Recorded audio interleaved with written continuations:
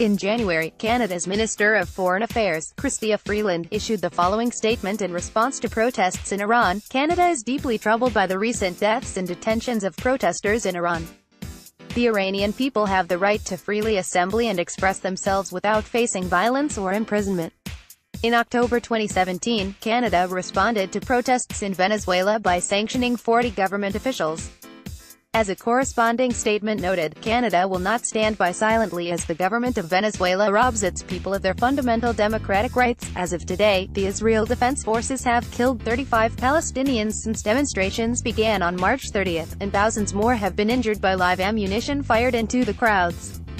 Of those wounded, 20 were women and 67 under the age of 18. At least 9 have been journalists. Yet Canada has failed to issue any statement recognizing the rights of the Palestinian people to free assembly and expression, even as the death toll of unarmed Palestinians continues to rise. How come, Mr.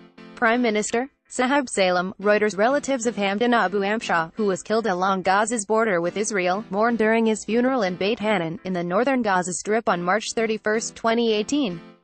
The color of protest. The protest in Gaza, known as the March of Return, has exposed Canadian hypocrisy on human rights. Our silence, a clear nod of deference to the United States and Israel, highlights the purely political nature of when we speak up and when we politely look the other way. For protesters in Russia, Venezuela, Iran, China and Egypt, sanctions are slapped down and fingers wagged. But protesters speaking out against our allies have no such luck. Canadian talk on rights and freedoms is quietly shelved for another, more appropriate regime. Though Human Rights Watch found no evidence of any protester using firearms, Westerners defending Israeli actions as self-defense point to the protests' elements of violence: the stones thrown, the tires torched and Molotov cocktails tossed. This, they say, justifies the use of force. But let's consider something. Back in June 2010, some 10,000 people gathered in Toronto to protest the G20 summit. Some attendees used violent tactics, vandalizing local businesses, burning police cars, looting, throwing rocks and Molotov cocktails. Unarmed civilians are not responsible for who controls their city. Despite the violence, and despite a crowd roughly the same size as that in Gaza, there was not a single death. There were dozens of injuries and a controversial police crackdown, but not one person was killed. At no point was live ammunition fired into crowds. At no point did the Canadian military station snipers on the roofs to kill civilians running away armed with nothing but a tire, nor civilians praying, and certainly not any members of the press. If the G20 protests had resulted in civilian deaths by sniper fire, would our response be the same? Or have Palestinians been so conflated with terrorism, their identities purposely cast as indistinguishable from Hamas, that we have collectively dehumanized them? The lackluster response to the Gaza protests exposes the racial lens through which we view the acceptability of a protest. Potential involvement of Hamas is no excuse. The fact that Hamas controls Gaza, and was therefore involved in organizing the Great Return March, has been a common refrain used to excuse Israel's excessive use of force.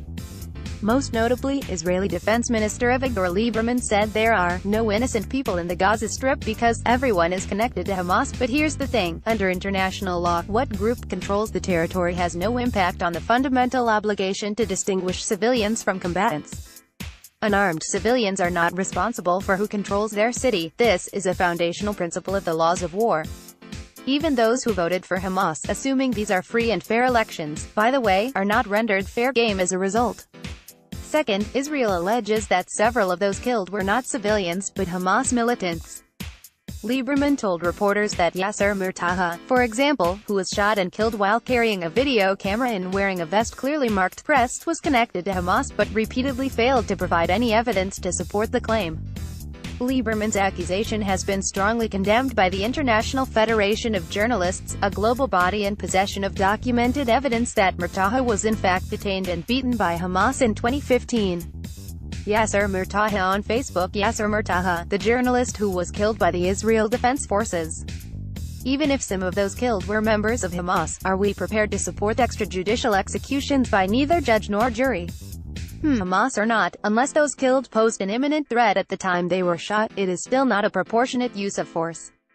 And from the video evidence circulating online, it would certainly appear that several of the people shot posed no active threat at all. Democratic and human rights are Canadian values, aren't they? Canada should defend the basic human rights of Palestinians as we have for protesters elsewhere.